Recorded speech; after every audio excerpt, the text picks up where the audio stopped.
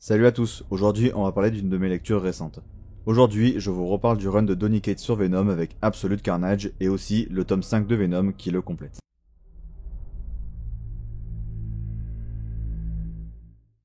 Voilà le pitch de l'histoire.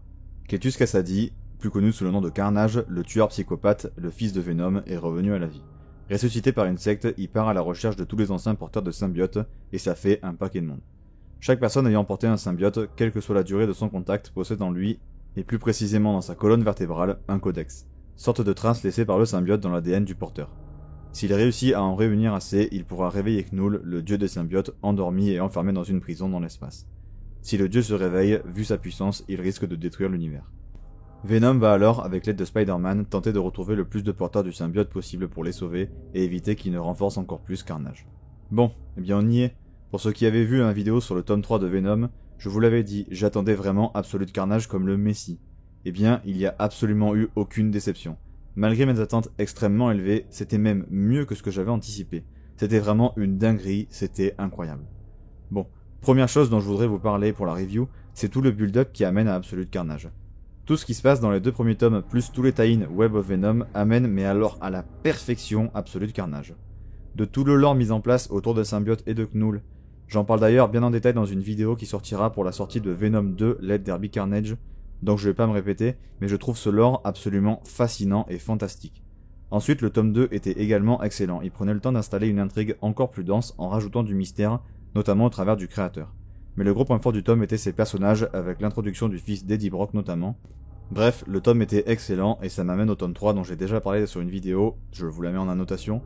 Mais globalement, ça préparait parfaitement l'arrivée de Carnage et m'avait énormément hypé pour l'event qui promettait énormément. Sur absolument tous les niveaux. Et maintenant que j'ai dit que j'avais trouvé ça incroyable, on va rentrer un peu plus dans le détail. Premier énorme point fort du récit, c'est son ambiance horrifique. C'est assez rare chez Marvel et encore plus rare quand c'est bien fait. Et bien là, c'est juste une masterclass horrifique. J'y reviendrai plus en détail dans la partie dessin parce que c'est fou, mais du coup ce côté horrifique sert l'histoire à merveille. Ça fonctionne tellement bien avec Carnage et les symbiotes, c'est vraiment fou, ça fonctionne beaucoup trop bien. Il y a vraiment des passages incroyables et captivants niveau horrifique. Parfois, on retrouve des personnages en train de supplier qu'on les aide à se sortir de certaines situations, c'est vraiment effrayant et très inhabituel, donc énorme point fort.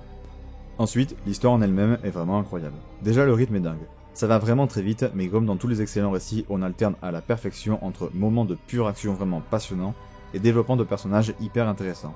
L'alternance entre les deux est nickel. Ensuite, les enjeux. Évidemment, c'est un event, mais quand même, les enjeux sont vraiment gigantesques. Comme je l'ai dit plus tôt, Carnage essaie de libérer Knull de sa prison. Et depuis le premier tome, Cates insiste sur la puissance de Knull.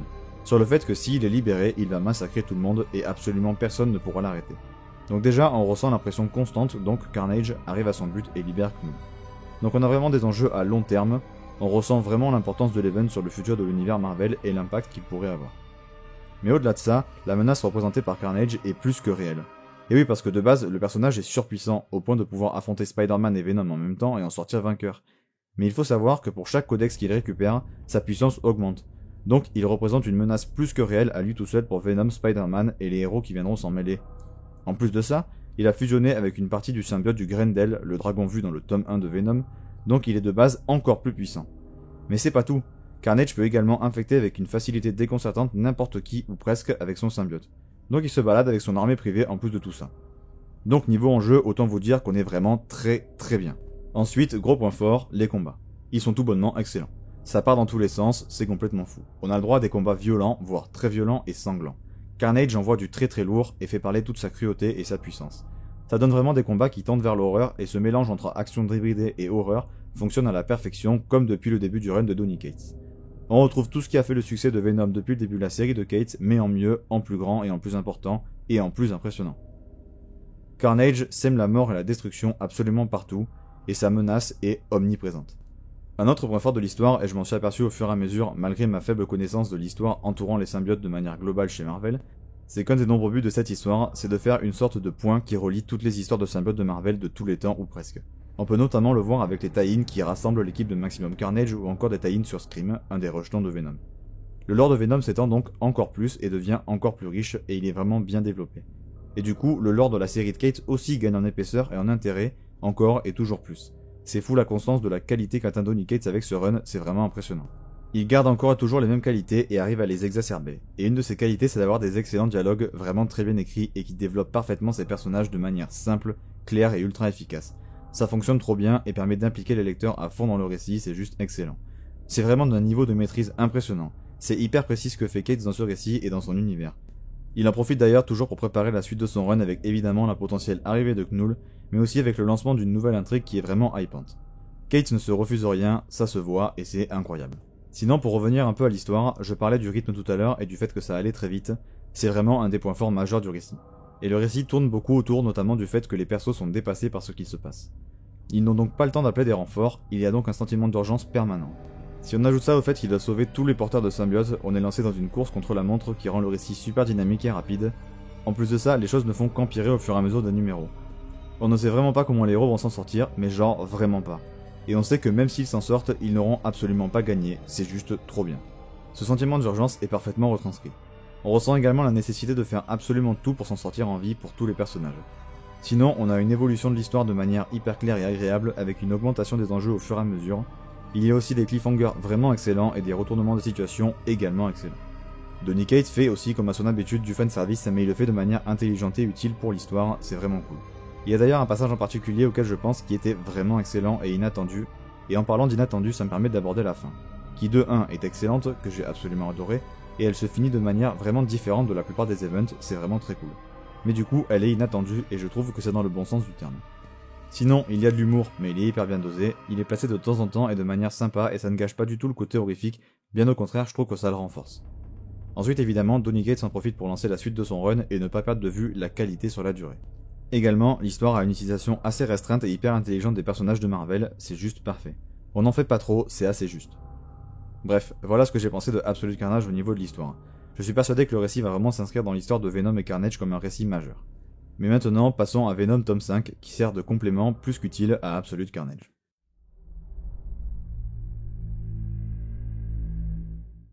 Voilà le pitch. Pendant que Spider-Man et Eddie Brock cherchent tous les porteurs de codex pour leur éviter de périr aux mains de Carnage, Dylan, le fils d'Eddie et Normie Osborn restent dans la planque du créateur avec lui, alors qu'une attaque peut survenir à tout moment. Alors cette histoire en gros se passe pendant Absolute Carnage, comme vous avez pu le comprendre dans le pitch. L'histoire est vraiment très bonne et complète parfaitement Absolute Carnage. Elle l'enrichit vraiment et permet quelque chose de vraiment cool, c'est de s'attarder sur des personnages secondaires du run. Ça permet de vraiment développer à la fois le créateur et Dylan Brock, deux personnages importants du run. Au-delà de ça, comme vous pouvez l'imaginer, l'histoire ne va pas se passer comme prévu, ça va pas être juste des dialogues. Il va se passer pas mal de choses et notamment ramener plusieurs symbiotes dans l'histoire pour être dans la continuité de l'event. Ils vont d'ailleurs devoir essayer de survivre face aux hordes de Carnage. C'est vraiment une très bonne histoire, elle est vraiment très cool, elle développe vraiment parfaitement ses personnages, on a également le droit à de la bonne action bien sympa. Des moments de bravoure vraiment très cool de la part du créateur et de Dylan. On apprend à bien les connaître, ils ont vraiment de bons dialogues, l'histoire se lit vraiment toute seule, j'ai pas vu le temps passer. Le côté horrifique de Absolute Carnage est bien entendu maintenu, notamment au travers d'un huis clos vraiment bien géré. Donny Cates se sert également de ses numéros pour la suite de son histoire et lancer une intrigue autour du créateur, notamment en dévoilant une partie de son grand plan dont on voit des bribes depuis son apparition dans le tome 2. Je sais pas ce que ça nous réserve pour la suite, mais ça annonce potentiellement du très très lourd. Le rythme de l'histoire est assez lent au début pour très vite s'accélérer. On a également le droit à un développement du lore des symbiotes, avec encore une fois des références à Knull et la prise de connaissance de son existence par d'autres symbiotes que Venom et Carnage. Ça ajoute du lore, donne de l'importance aux deux des symbiotes, donc c'est vraiment cool. L'histoire est assez violente et nous offre des moments vraiment excellents. Avec des créations de Cates vraiment très cool avec des symbiotes, notamment une, le talent de Cates s'exprime encore et toujours pour écrire des personnages et faire des dialogues, donc forcément, l'histoire est bonne. En bref, une très bonne histoire, complémentaire à Absolute Carnage, vraiment très intéressante à lire et qui complète parfaitement ce qui est raconté dans l'histoire principale.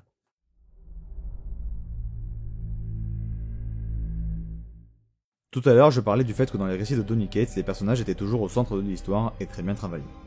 Les personnages évoluent toujours bien et de manière hyper intéressante.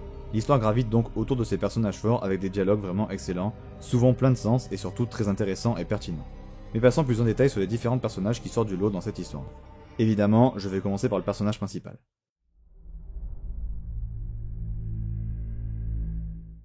Eddie Brock est vraiment ultra bien écrit par Donny Cates. Ça date clairement pas de cette histoire, mais c'est le cas depuis le début du run. Le personnage est vraiment mieux écrit que jamais. Le personnage est sombre, torturé, il a une vraie évolution super bien amenée. Il est beaucoup développé en fonction de sa relation avec son symbiote, mais aussi son fils. Il cherche la rédemption. Mais du coup, ça me permet d'aborder plus en détail l'évolution et l'écriture du personnage dans ce tome précis. Premièrement, le personnage est centré autour de 4 choses. Premièrement, sa relation avec Carnage. Deuxièmement, sa relation avec son fils. Troisièmement, sa relation avec Venom, son symbiote. Et quatrièmement, son envie de se débarrasser de ses vieux démons, revenir dans le droit chemin pour être un héros. En premier donc, sa relation avec Carnage. Je reviendrai sur Carnage un peu après en détail, mais donc Eddie et Carnage ont toujours eu une relation intéressante, et ici, en quelque sorte, c'est la conclusion de cette histoire. Même si évidemment elles se recroiseront dans le futur, on est dans les comics, mais je trouve qu'il y a une sorte de conclusion entre les deux. Rien ne sera jamais plus pareil, surtout car les enjeux sont bien plus grands que dans leurs affrontements précédents. Les deux ont toujours eu une relation intéressante, notamment du fait que le symbiote Carnage soit le fils du symbiote Venom. Ça a toujours instauré une sorte de culpabilité du côté de Eddie. Ici, elle est amenée à son paroxysme car Carnage fait encore plus d'horreur que jamais et donc ça va participer à faire de lui un peu plus un héros. Son parcours de rédemption devait forcément passer par Carnage. Et c'est super bien fait, les dialogues entre les deux sont souvent des rappels à leur passé, sont vraiment excellents. Et ça marche vraiment très bien. Ensuite, sa relation avec son fils, Dylan Brock. Dylan est une création de Donny Cates et c'est vraiment une très bonne idée de donner un fils à Eddie, je trouve.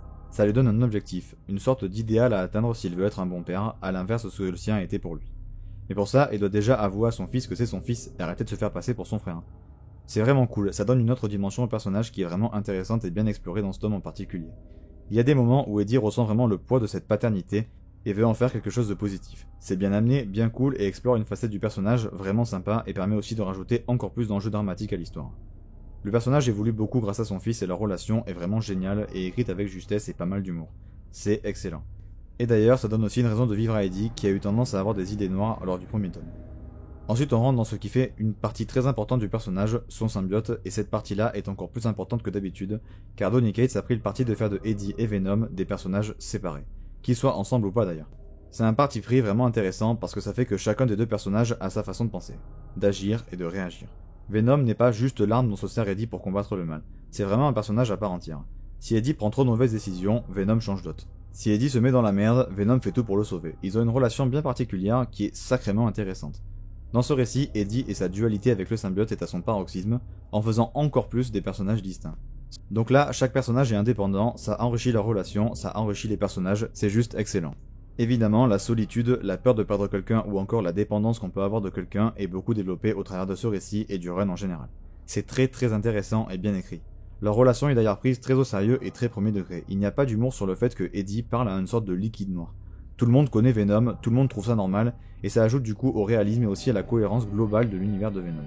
Ensuite, dernière chose que je semble déceler comme étant le grand arc narratif du personnage sur tout le run, mais je peux me tromper, mais en tout cas, c'est vraiment une bonne partie de celui de ce tome.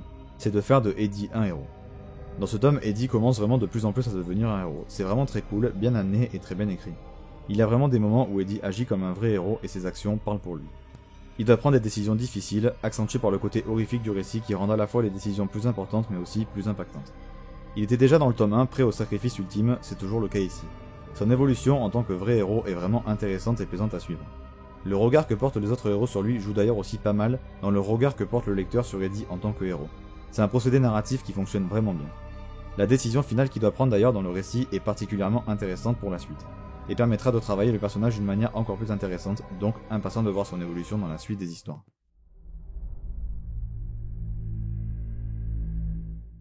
Carnage est vraiment un excellent méchant, et ce récit le prouve encore une fois. Je pense qu'on peut considérer ce récit comme le récit ultime sur Carnage en quelque sorte. En tout cas, c'est comme ça que je le vois. Bon, du coup, Carnage atteint dans ce récit son pic de puissance, il n'a jamais été aussi puissant.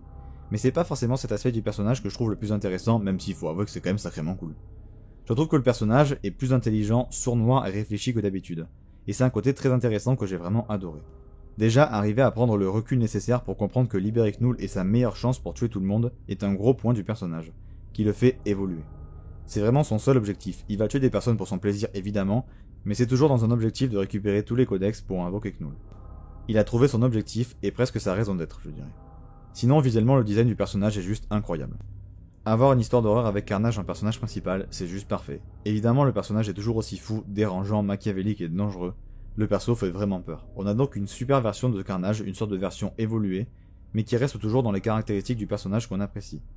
Il fait aussi de lui un mont noir et a des très bonnes punchlines pendant le comics. Son plan est vraiment bien imaginé et va mettre Eddie face à un choix impossible. La finalité du personnage est en accord avec son plan et son évolution. C'est extrêmement cool de voir le personnage prendre autant d'importance et d'être le méchant principal d'un event aussi réussi. Hâte de voir la suite également pour lui.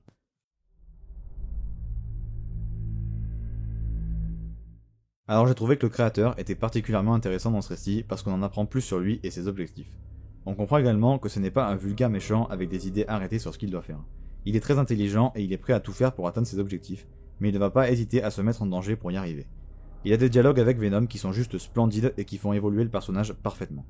Il est prêt à s'allier avec ses ennemis pour vaincre un ennemi plus fort, et il montre même des sentiments de bonté pendant quelques passages. Ça n'empêche pas plus tard d'être une immense ordure, mais du coup, ça rend le personnage vraiment nuancé et logique. Ça fait plaisir. Il est vraiment très bien écrit.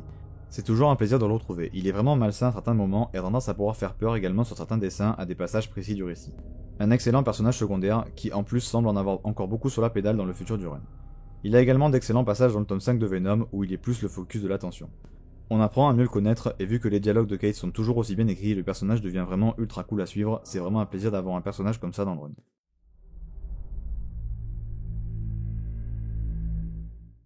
Spider-Man est vraiment bien écrit aussi dans ce récit. Sa place est assez centrale, mais pas aux dépens de Eddie qui garde quand même la place principale. Le perso a des bons dialogues et sa relation avec Eddie est vraiment bien travaillée. Il est vraiment très utile au récit, notamment comme sorte de balance morale pour Eddie. C'est un peu un objectif à atteindre pour lui. Son humour est bien dosé, et voir Spider-Man dans un récit horrifique, c'est vraiment très cool. Mais le point principal sur lequel Spider-Man est travaillé dans ce récit est la culpabilité et la responsabilité d'avoir créé tout ça avec son arrivée sur la Terre avec le symbiote. C'est très cool de remettre tout ça en perspective, je trouve que ça fait vraiment évoluer et avancer le personnage.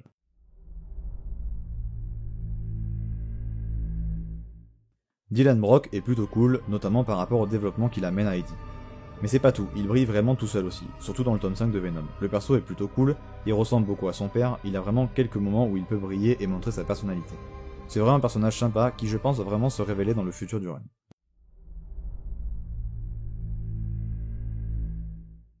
Bon, il est l'heure de parler des dessins. Je vais passer rapidement sur les dessins du tome 5 qui sont faits par Iban Coelho, en grande partie. C'est vraiment des dessins très cool, il remplace parfaitement Stegman qui s'occupe des numéros de Absolute Carnage. Il assure une vraie continuité graphique, les deux styles se ressemblant un peu. Il sort quelques pages vraiment très cool avec des moments vraiment très sympas, des bons passages d'action et d'horreur, un bon travail solide. Mais maintenant je veux parler de la masterclass de Ryan Stegman sur Absolute Carnage. Son travail, c'est vraiment une dinguerie. Premier point, l'horreur. Les dessins de Stegman collent parfaitement au thème de l'horreur, c'est vraiment assez fou. Que ce soit dans la mise en page, les décors, les angles de vue, les couleurs, tout le colle parfaitement au thème de l'horreur, c'est vraiment excellent et ça marche hyper bien. Les émotions que nous transmettent les personnages aussi sont superbement réussies. La façon dont Stegman arrive à dessiner des personnages masqués qui arrivent à transmettre des émotions, notamment Spider-Man, c'est vraiment fou. On dirait vraiment que Stegman est né pour dessiner Spider-Man. Et évidemment, s'il arrive à faire transmettre des émotions avec des personnages avec un masque, je vous laisse imaginer ce que c'est pour les personnages sans masque. Ils ne sont pas du tout en reste, bien au contraire. Eddie Brock, en tête, évidemment, transmet parfaitement ses émotions. Carnage également. Sinon, toujours sur le thème de l'horreur, les symbiotes sont absolument parfaitement dessinés. L'aspect poisseux et visqueux des symbiotes est nickel. Il y a vraiment des pages de dingue où les symbiotes sont vraiment magnifiques. Au-delà de ça, il y a vraiment pas mal de moments iconiques dans le récit avec des pages absolument incroyables. La façon dont les personnages sont mis en page est vraiment excellente aussi. Que ce soit pour les rendre puissants ou au contraire impuissants et en proie à carnage, c'est assez fou avec toujours des émotions horrifiques parfaitement retranscrites. On sent parfaitement la peur viscérale de mourir ressentie par les personnages. Le découpage aussi est très travaillé et sert l'histoire de fort belle manière. Malgré le côté horreur très prononcé, l'action n'est pas en reste, bien au contraire, avec des scènes d'action vraiment folles et hyper dynamiques. Il y a des doubles pages aussi qui résument l'histoire qui sont vraiment incroyables. L'ambiance horrifique est également soutenue par la nuit et la pluie permanente. Une ambiance aussi rougeâtre pour rappeler Carnage. Sinon, le trait de Stegman est également très précis et détaillé. C'est littéralement le meilleur travail de Ryan Stegman, il est clairement monté d'un cran depuis le début du run qui était déjà exceptionnel.